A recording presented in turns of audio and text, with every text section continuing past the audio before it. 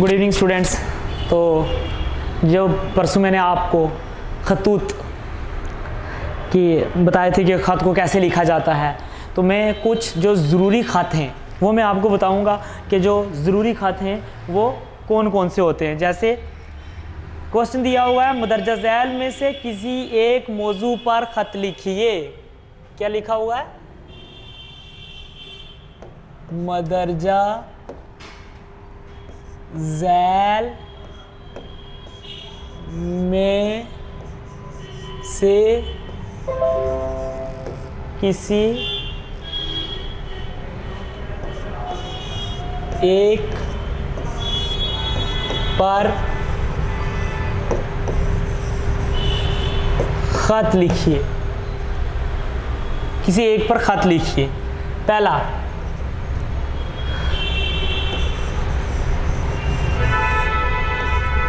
तालीम को आम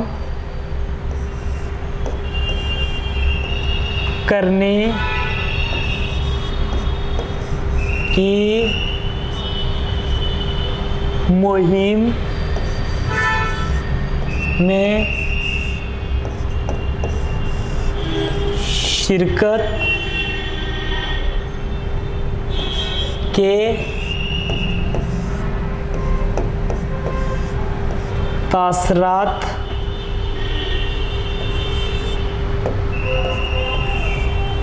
बयान करते हुए अपने दोस्त के नाम खत, अपने दोस्त के नाम खत। पहला ये क्या कि तालीम को आम करने की मुहिम में शिरकत के तासरात बयान करते हुए अपने दोस्त के नाम खत। कि हम एक मुहिम शुरू कर रहे हैं जिसमें हमने क्या करना है कि तालीम क्यों ज़रूरी है, तालीम के लिए हमें क्या क्या करना चाहिए। तो हमने एक मुहिम का आगाज़ किया है, तो उसके तासरात को बयान करने के चक्कर में हम अपने दोस्त को एक ख़त लिख रहे हैं। ख़त लिखने का तरीका मैंने आपको बता दिया था कि हमने ख़त कैसे लिखना है। ख़त के जो तरीके हैं वो मैंने आपको बता दिए थे कि किस तरीके से जो हैं वो ख़त लिखे जाते हैं। अब दूसरा जो है वो इम्पॉर्टेंट लेटर जो है वो क्या है, दूसरे नंबर पे है आप के तालीमी इदारे। अब आप सोच रहे होंगे ये तालीमी इदारा कहाँ से ले आए। तालीमी इदारे का मतलब है कि जहाँ आप तालीम हासिल कर रहे हो, इंस्टीट्यूट जिसको बोलते हैं या स्कूल बोलते हैं। आपके तालीमी इदारे में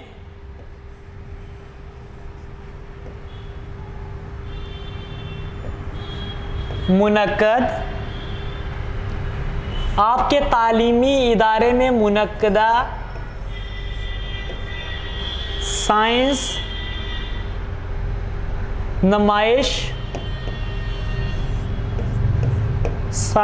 नमाइश की खुसूसियात बयान करते हुए वालिदैन के नाम खत। अब दूसरा लेटर आपने किस पे लिखा कि आपके तालीमी इदारे यानी आपके इंस्टीट्यूट में एक साइंस नमाइश, जो साइंस का प्रोग्राम है उसको क्या किया जा रहा है, मुनक्कद किया जा रहा है। जो खुसूसियात, साइंस की खुसूसियात के बारे में एक प्रोग्राम मुनक्कद किया जा रहा है, उसमें आपको जो है अपने पेरेंट्स को शिरकत देनी है या अपने पेरेंट्स को बुलाना है उसमें। तो ये आपने अपने वालिदैन के नाम खत लिखना है कि हमारे स्कूल या इंस्टीट्यूट में, किसी भी तालीमी इंस्टीट्यूट में क्या है कि साइंस का प्रोग्राम जो है वो मुनक्कद किया जा रहा है, तो उसके बारे में आपने ये लिखना है। अब आपने तीसरा,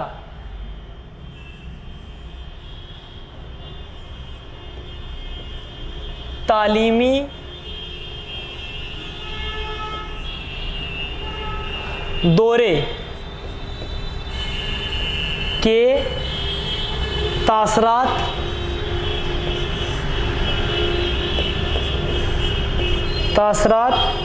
बयान करते हुए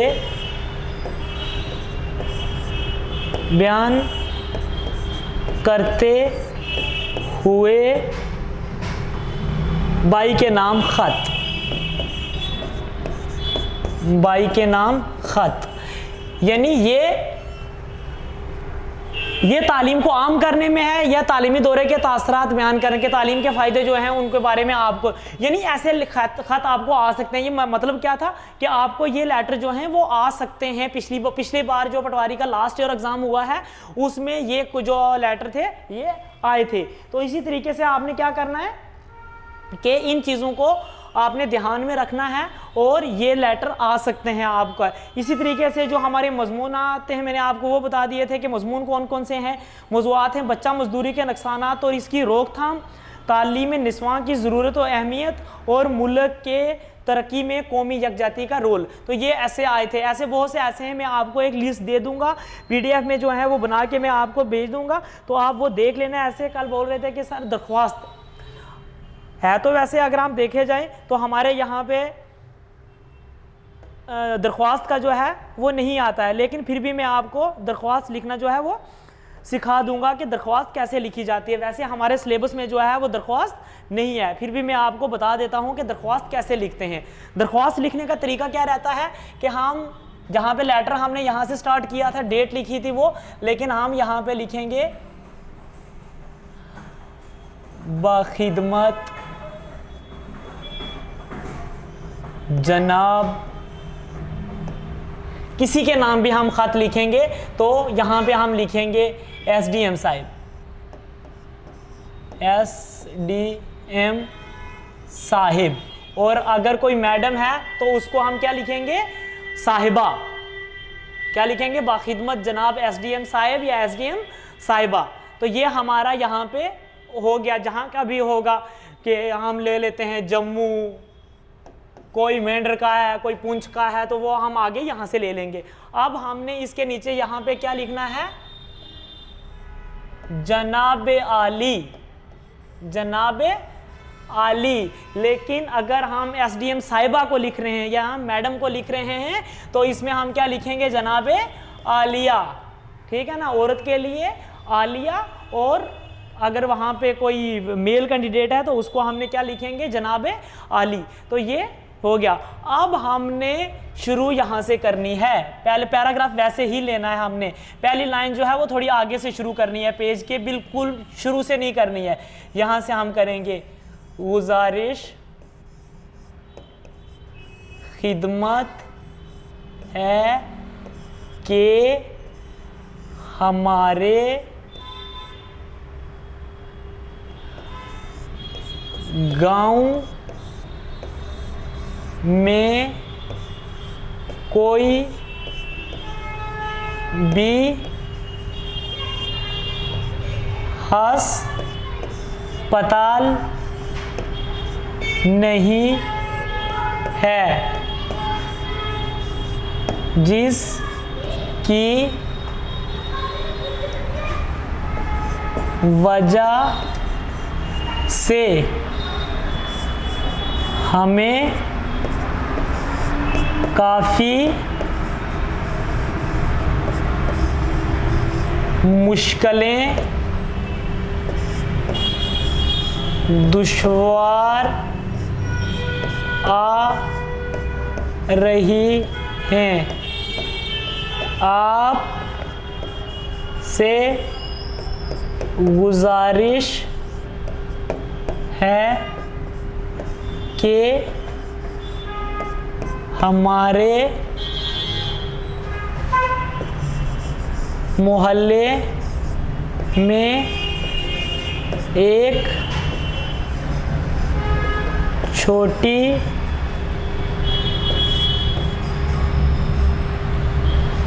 डिस्पेंसरी खोली जाए ताकि हमें इलाज करवाने में आसानी हो जाए, बड़ी मेहरबानी होगी, बड़ी मेहरबानी होगी। या हम ये बड़ी मेहरबानी होगी यहाँ नहीं लिखेंगे, हम लिख देंगे यहाँ से छोड़ के यहाँ पे लिखेंगे जनाब की एन नवाजिश होगी, एक ही बात है, ठीक है ना, मेहरबानी होगी या जनाब की एन नवाजिश होगी। तो यहाँ पे लिखना है हमने अर्ज़े न्याज़मंद, अर्ज़े न्याज़मंद। अगर औरत है तो हम लिखेंगे मंदा, यानी मेल कैंडिडेट के लिए मंद और फीमेल के लिए मंदा। अर्ज़े न्याज़मंद या अर्ज़े न्याज़मंदा, अलिफ बे जीम। और कल मैं कमेंट सेक्शन में पढ़ रहा था कि कोई बोल रहा था कि हम अलिफ बे जीम की जगह अपना नाम लिख सकते हैं, तो आप कुछ भी लिख सकते हैं, चाहे नाम लिखिए चाहे कुछ भी, लेकिन ज़्यादातर जो है वो एग्ज़ाम में जो है वो क्या लिखा जाता है कि अपना। तो ये है हमारा एप्लीकेशन का तरीका। मैंने आपको ये एप्लीकेशन नहीं, आप इसको बढ़ा भी सकते हो क्योंकि हमें पटवारी के एग्ज़ाम में तो पूछनी नहीं है, लेकिन कहीं भी हमारे जो है वो कोई एग्ज़ाम में पूछ सकते हैं, तो आपको ये ऐसी लिखनी पड़ेगी। अब जो पेपर का, कि कल कुछ बच्चे बोल रहे थे कि हमें पेपर की जो है वो PDF, तो इंशाल्लाह बहुत जल्द आपको जो है हम पेपर की PDF जो है वो मुहैया कर देंगे, आपको PDF दी जाएगी। तो इसमें मल्टीपल चॉइस क्वेश्चन आपको कैसे आते हैं कि मैंने आपको पहले बताया था कि एक पैसेज आता है, क्या आता है, एक पैराग्राफ आता है जिसको हमें पढ़ना पड़ता है वहाँ पे, इसे बोलते हैं रीडिंग सेक्शन। रीडिंग सेक्शन में आपको क्या होता है कि झैल में दिए गए इक़्तिबास के बगौर मुताला कीजिए और इसके हवाले से नीचे दिए गए सवालात के जवाब लिखिए। कि हमें ये पैराग्राफ आएगा, ऐसा पैराग्राफ आएगा, हमने पैराग्राफ अच्छे तरीके से पहले पढ़ना है क्योंकि टाइमिंग हमारे पास बहुत होती है। हमने क्या करना है कि यहाँ पे सिर्फ सबसे मजबूत जोन है आपका नंबर लेने का। तो आपने इसमें क्या करना है कि कसीदा, गज़ल, मसनवी, मरसिया, रुबाई उर्दू शायरी के चंद मारूफ असनाफ हैं। कसीदा के लग़वी मानी गाढ़े मग़ज़ के हैं। इस्लाम में कसीदा इस नज़म को कहते हैं जिसमें किसी की तारीफ़ या मज़म्मत की जाए। मसनवी इस्तिलाह में इन इशार को कहते हैं जिनमें दो मिसरे आपस में मुतफ़िक़ा हूँ। मसनवी में किस्से, कहानी या वाक़या को तसलसल के साथ बयान किया जाता है। तसलसल मतलब जैसे शेर को होता है ना, ऐसे बयान किया जाता है। ऐसे हमें किसी कोई कहानी सुनाएंगे, एक बार वो आया था, एक बार वो गया था, ऐसा नहीं, बल्कि बिल्कुल एक शेर की तरह वो हम सुनाएंगे। जैसे कुछ भी हम ले लेते हैं कि एक कहानी सुना रहा हूँ मैं कि एक बार मैं साइकिल से जा रहा था, मेरी साइकिल किसी से टकरा गई, साइकिल टकरा गई तो मैं गिर गया, गिर के जाके आगे से मुझे उसने थप्पड़ मार दिया। ऐसे नहीं, उसको शेर में कैसे हम सुनाएंगे कि एक रोज़ कहीं साइकिल से जा रहे थे हम, रास्ते में मोड़ पर नाजल हुआ सितम, पाँव मेरा डगमगा के पैडल से हट गया और मैं जाके एक शौक़ हसीना से लड़ गया। तुनक के बोले, बड़े मियाँ आती नहीं शर्म, इतनी लंबी दाढ़ी है और ऐसे हैं करम। मैंने कहा गुस्सा थूक दे या शौक़ नाज़नीन, साइकिल अड़ी है तुझसे दाढ़ी अड़ी नहीं, और दाढ़ी का नाम लेके क्यों मुझको है टोकती, अरे दाढ़ी भी कोई ब्रेक है जो साइकिल को रोकती। ये तो ऐसे ही मैंने आपको बता दिया कि क्योंकि हम शेर के साथ साथ थोड़ा क्या होता है कि आपका दिमाग जो है वो डाइवर्ट करने की कोशिश करते हैं कि कहीं बोर ना होंगे मेरा उर्दू का लेक्चर सुन सुन के। तो इस वजह से, यानी मैं आपको बोल रहा हूँ कि एक कहानी को जब हम शायरी तरीके में ले आते हैं तो उसे क्या कहते हैं, मसनवी कहते हैं। ठीक है, अब इसमें क्या होगा कि मरसिया के लग़वी मानी, मरसिया क्या है, मरसिया के लग़वी मानी है मातम या रोना। मरसिया क्या है कि मातम या रोना। फॉर एग्जांपल हम किसी का मातम मना रहे हैं कि वो, जैसे हम हज़रत असगर रज़ी अल्लाह ताला अन्हु को ले लेते हैं कि हज़रत असगर रज़ी अल्लाह ताला अन्हु की शहादत को हम बयान कर रहे हैं, तो वो शहादत को जब हम एक शायरी में बयान कर देंगे तो उसे हम क्या कहते हैं, मरसिया कहते हैं। ये याद रखना, मसनवी किसी भी कहानी को हम शायरी तरीके में, और मरसिया किसी के मातम को हम क्या करते हैं, शायरी में परोते हैं, उसे क्या कहेंगे कि मरसिया। मरसिया दो किस्म के होते हैं, अव्वल करबलाई मरसिया और दोम शख्सी मरसिया। करबलाई मरसिया क्या हो गया कि जो मैदान करबला यानी जो यजीदियों के साथ हमारी लड़ाई हुई, जंग हुई, उनके बारे में जो होगा वो हमारा कौन सा मरसिया होता है, करबलाई मरसिया। और दूसरा होता है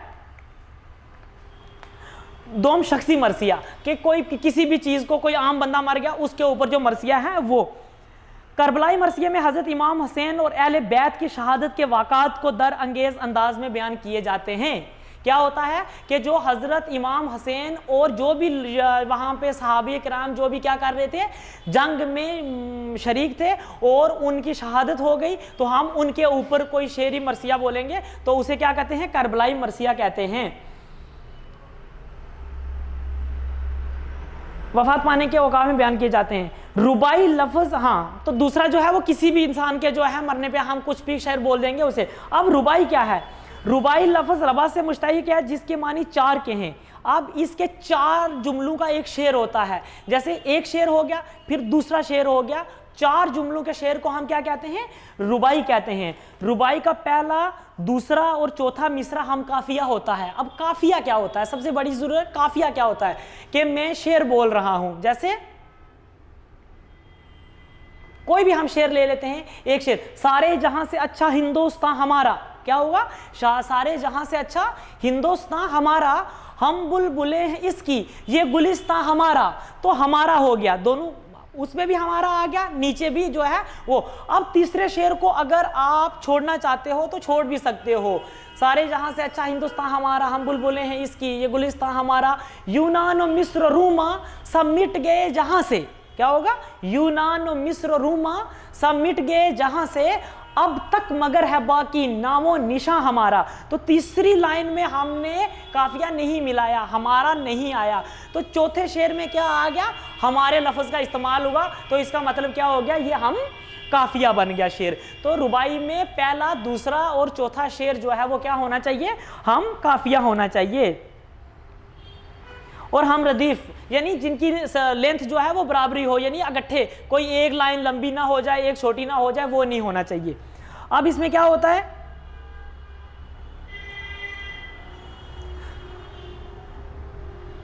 गजल के लगवी मानी औरतों से बातें करने के हैं। गजल में रदीफ और काफिया का एहतमाम होता है। इसमें भी रदीफ और काफिया को क्या रखा जाता है कि बिल्कुल बराबर रखा जाता है गजल। और गजल का लगवी मानी का है औरतों से बातें करना, ये नहीं कि औरतों से डायरेक्ट बातें करना, यानी अपने महबूब की तारीफ किसी शायरी में कर देना। जैसे कोई भी हम शेर ले लेते हैं जिसको हम मद्देनजर रखते हुए क्या कर रहे हैं, किसी औरत की तारीफ कर रहे हैं, वो क्या हो रहा है कि गजल हो गया। लेकिन आजकल गजलों में चेंजिंग आ गई है। आजकल गजल का मतलब सिर्फ औरतों से या औरतों के मुताल्लिक बातें नहीं करना, बल्कि आजकल गजल का मतलब जो है वो चेंज हो गया है। गजल हम किसी तरीके से भी इस्तेमाल कर सकते हैं। गजल का पहला शेर जिसके दोनों मिसरे हम रदीफ और हम काफिया होते हैं, मतला कहलाता है। गजल के पहले शेर को मतला कहते हैं। सूरज ने जाते जाते शामे सया कबा को तश्ते उफक से लेकर, ये नज़म का शेर है, सॉरी। गजल का कोई भी शेर हम ले लेंगे जिसका वो क्या होगा कि पहला शेर क्या है कि हम काफिया होना चाहिए। मैंने जैसे पहले ही आपको बता दिया, अल्लामा इकबाल का शेर बता दिया, सारे जहां से अच्छा हिंदुस्तान हमारा, हम बुलबुले हैं इसकी, ये गुलिस्तान हमारा, ये पहला शेर है। और इसको हम क्या बोलते हैं, मतला बोलते हैं। याद रखना, क्वेश्चन में, पेपर में ये क्वेश्चन आ सकता है आपको कि गजल के पहले शेर को क्या कहते हैं, मतला कहते हैं।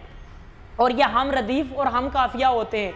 इसके भी क्या है, अब क्या हुआ, बाकी तमाम इशार में मिसरा सानी हम रदीफ हम काफिया होता है। गजल का आखिरी शेर जिसमें शायर अपना तखल्लस इस्तेमाल करता है, मक्ता कहलाता है। रेख्ता कि तुम ही उस्ताद नहीं हो गालिब, क्या होता है, रेख्ता कि तुम ही उस्ताद नहीं हो गालिब। कहते हैं पिछले जमाने में कोई मीर भी था, अब गालिब ने अपने शेर में अपना नाम इस्तेमाल कर दिया, गालिब नाम लिखा। तो जब गालिब तखल्लस में, अगर मैं अपना शेर लिख रहा हूं तो अपने लास्ट शेर में क्या लिखूंगा, अपना नाम लिखूंगा, अजमल नाम करके नाम लिखूंगा, तो वो शेर क्या हो गया, मक्ता। गजल के सबसे अच्छे शेर को बैतुल गजल या शाय बहत कहते हैं। सबसे प्यारा शेर हम उठा लेंगे तो उसको हम क्या कहते हैं, बैतुल गजल।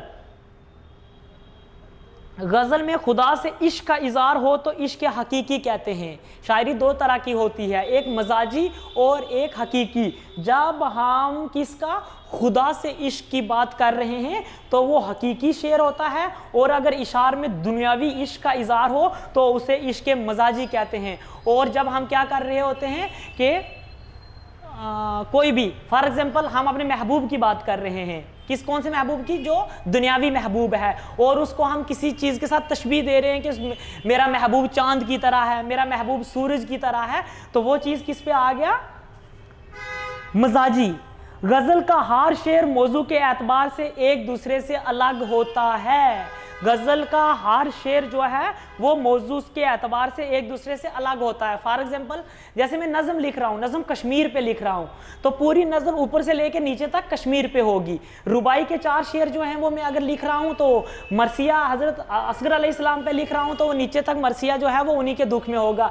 लेकिन गज़ल ऐसी नहीं है। गज़ल का एक शेर जो है वो मैं अपने महबूब के लिए लिख दूंगा, दूसरा मैं अपने लिए लिख दूंगा, यानी ख्यालात डाइवर्ट होते रहते हैं उस पर। अगर शायर एक ही ख्याल को पूरी गज़ल में तसलसल के साथ बयान करे तो इससे गज़ल मुसलसल कहते हैं, कि ऊपर से लेके नीचे तक मैंने एक ही बंदे का जिक्र किया है, एक ही चीज़ का जिक्र किया है, तो उसे हम गज़ल मुसलसल कहते हैं। मुसलसल का मतलब होता है कंटिन्यू, कि लगातार चल रही है, गज़ल जो है वो लगातार चल रही है। अब क्वेश्चन आंसर कैसे आते हैं इसके, कि मसनवी में किसी शख्स की तारीफ़ और तौसीफ़ की जाती है, किसी की मंजर कशी की जाती है, किसी किस्से गोई या वाक़े को तसलसल के साथ बयान किया जाता है, या महबूब की तारीफ़ की जाती है। मैंने आपको अभी बता दिया कि पहले हमने पैराग्राफ पढ़ना है, तो पैराग्राफ में यहाँ पे बिल्कुल लिखा है कि मसनवी में किसी कहानी या वाक़े को तसलसल के साथ बयान किया जाता है, तो इसका आंसर जो है वो सी आएगा। इसी तरीके से मरसिया के 2 इक़साम, ताज़ीती मरसिया और तौसीफ़ी मरसिया, नसरी मरसिया या मज़दूम मरसिया, तवील मरसिया या मुख्तसर मरसिया, करबलाई मरसिया या शख्सी मरसिया, तो इसका डी आंसर आएगा, करबलाई मरसिया या शख्सी मरसिया। जैसे मरसिए के इस्लाही मानी, किसी बाहयात शख्स को, यानी उसका मतलब क्या है, किसी बाहयात शख्स की याद में लिखी जाने वाली नज़म, किसी मरहूम की याद में लिखी जाने वाली नज़म, महबूब की तारीफ़ में लिखी जाने वाली नज़म, या किसी की जुदाई में लिखी जाने वाली नज़म, तो इसका बी रहेगा, किसी मरहूम की याद में। मरहूम होता है जो इस दुनिया फ़ानी से रुखसत हो चुका होता है, उसके नाम। अब मतला किस शेर को कहते हैं, मैंने आपको अभी बताया था कि गज़ल के पहले शेर को क्या कहते हैं, मतला कहते हैं। उर्दू के चंद मारूफ शेरी असनाफ के नाम बताइए। शेरी असनाफ, यहाँ पे उर्दू वाले स्टूडेंट्स जो हैं वो भी देख सकते हैं कि ये सारी चीज़ें उर्दू की पूछी हैं, लेकिन हमें किसका पूछा है, शेरी असनाफ का। कसीदा, गज़ल, मसनवी, मरसिया और रुबाई। हाँ, ये आ गया कि हमारे चारों क्या हैं, शेरी असनाफ हैं। दास्तान, नावल और अफसाना ये नहीं है, ये कहानियों की तरह लिखी जाती हैं। नसरी और, यानी इसमें से कोई नहीं है। हमारा पहला दिमाग चला गया जहाँ पे नज़म, गज़ल, मरसिया और वो आ गया वो। रुबाई का मतलब नज़म 5 मिसरों वाली नज़म, 2 मिसरों वाली, 3 मिसरों वाली या 4। मैं बोल रहा हूँ कि अगर मैं फर्स्ट टाइम ये पैसेज पढ़ता, मैंने उर्दू बिल्कुल ना पढ़ी होती, मैंने उर्दू देखी ना होती, मैंने सिर्फ न्यूज़पेपर पढ़ा होता कि मैं उर्दू पढ़ सकता हूँ, और मैं ये पैसेज पढ़ के ये एग्ज़ाम, तो मैं गारंटी से बोल सकता हूँ कि मैं 10 में से 10 नंबर लेता इस पैसेज के। मैं पूरे 10 में से 10 नंबर लेता। तो इसका मतलब है कि आप भी ले सकते। मैं क्या कर रहा हूँ कि पैसेज पढ़ रहा हूँ, पैसेज पढ़ते पढ़ते मुझे 10 नंबर का पैसेज आया, 10 आउट ऑफ 10, और मैं फर्स्ट टाइम पढ़ रहा हूँ, तो आई गारंटीड, मैं आपको गारंटी देता हूँ कि मैं फर्स्ट टाइम ये पैसेज पढ़ के इसमें 10 में से 10 नंबर ले लूँगा। तो इसका मतलब है आपको भी डरने की ज़रूरत नहीं है। ये क्या है कि आप आराम से कर सकते हो। गज़ल के सबसे अच्छे शेर को क्या कहते हैं, तो ये मैं आपको बोल रहा हूँ कि ये मैं आपको PDF जो है वो सेंड कर दूंगा, इससे आपको घबराने की ज़रूरत नहीं है। तो आज हमने क्या कर दिया कि एप्लीकेशन जो है वो भी आपको मैंने जो दरख्वास्त है वो लिखनी भी सिखा दी कि दरख्वास्त कैसे लिखते हैं, और साथ में इम्पॉर्टेंट चीज़ जो है वो मैंने आपको पेपर डिस्कशन किया कि हमारे पेपर में क्या क्या आया था। पिछली बार हमारे पेपर में जो हैं वो जो लेटर आए थे वो भी मैंने आपको बता दिए कि कौन कौन से खत आए थे, और उसके बाद मैंने आपको क्या बताया था। अब हमें एक पोर्शन आता है जुमले बनाना। पिछली बार आया था हमें जुमला बनाना, कि आप किसी का जुमला बनाओ, वो भी रीडिंग सेक्शन में आपको आ सकता है कि आपने क्या बनाना है, जुमले बनाना है। तो कल हम आपको जुमले बनाना सिखाएंगे। क्या कराएंगे कि जुमले कैसे बनाए जाते हैं, किसी भी चीज़ के जुमले बनाना, सेंटेंस बनाना। जुमले किसको बोलते हैं, सेंटेंस बनाना। तो मैं आपको एक सेंटेंस दे देता हूं, खिदमत। क्या है, खिदमत, ये खिदमत है। तो खिदमत का हम सेंटेंस कैसे बनाएंगे कि उसके बीच में खिदमत आना चाहिए। ठीक है, खिदमत होता है, क्या कहना है कि जब हम किसी के घर में जाते हैं तो हमारी खिदमत करते हैं, क्या उसको हम डिस्क्राइब कैसे करूं मैं कि मेरी खिदमत हुई थी बड़ी, क्या हम बोलेंगे इज्जत होना या रिस्पेक्ट देना, तो वो चीज़ें होती हैं। तो मैं उन के घर गया तो मेरी बहुत खिदमत की गई, खिदमत की गई। समझा क्या? देखो मुझे लफ्ज़ी मानी बयान करना नहीं आ रहा था खिदमत का, हालांकि मुझे आ रहा है, दिल में आ रहा है, लेकिन मेरी ज़ुबान से बाहर नहीं जा रहा है कि मैं इसको एक्सप्लेन कैसे करूं। तो मैंने आपको एक्सप्लेन कर दिया सेंटेंस बना के कि मैं उनके घर गया तो उन्होंने मेरी बहुत सी खिदमत की। ऐसे ही कल हम बहुत से जो हैं वो जुमले करेंगे। तो इंशाल्लाह जो मैंने आज आपको पढ़ाया है वो बाखूबी समझ आया होगा, और जो आपको समझ नहीं आता है वो आप कमेंट सेक्शन में पूछ सकते हैं, मैं दूसरे दिन उसको जो है वो आपको बता दूंगा। अगर नहीं है तो आप हमारी पर्सनल ID इंस्टाग्राम या फेसबुक पे जो है वो भी मुझसे पूछ सकते हैं। किसी किस्म की भी आपको कोई प्रॉब्लम होगी तो आप जो है वो किसी भी प्लेटफॉर्म पे हमसे पूछ सकते हो, जॉब्स अड्डा की प्लेटफॉर्म पे पूछ सकते हो, तो हम इनके थ्रू आपको बता देंगे। लेकिन फिर वही बात कि आप कमेंट सेक्शन में ज़रूर बताएं कि आपको लेक्चर कैसा लग रहा है, अच्छा लग रहा है तो भी बताएं। नेगेटिव कमेंट जो हैं वो भी हमें जो है हम भी सीखते हैं, हमें उनसे भी सीख मिलती है। तो कई बार जो है वो ऐसा होता है, और कई बार क्रिटिसिज्म भी होता है हम पे, तो अच्छा लगता है। जैसे कल एक स्टूडेंट कर रहा था कि सर मार्क्स नहीं मार्क्स होता है। तो बेटा क्या होता है, जब हम फ्लो में बोलते हैं तो हमारी ज़बान से कई ऐसी चीज़ें निकल जाती हैं जो शायद आपको सुनाई देती हैं और हमें उस टाइम नहीं सुनाई देते हैं। तो आई होप कि आप जो हैं वो इन चीज़ों से हट के जो है वो अपने सिलेबस पे ध्यान देंगे, और इंशाअल्लाह आप जो है वो कामयाब होंगे। तो इसी के साथ जो है मैं आपको अपनी दुआओं के साथ आज अलविदा लेता हूँ कि अल्लाह करे आपको जो है वो तो सारी उम्मीदें जो हैं वो पूरी हो जाएं, सारी मुरादें पूरी हो जाएं। इसी के साथ साथ अलविदा लेता हूँ। अल्लाह हाफिज़।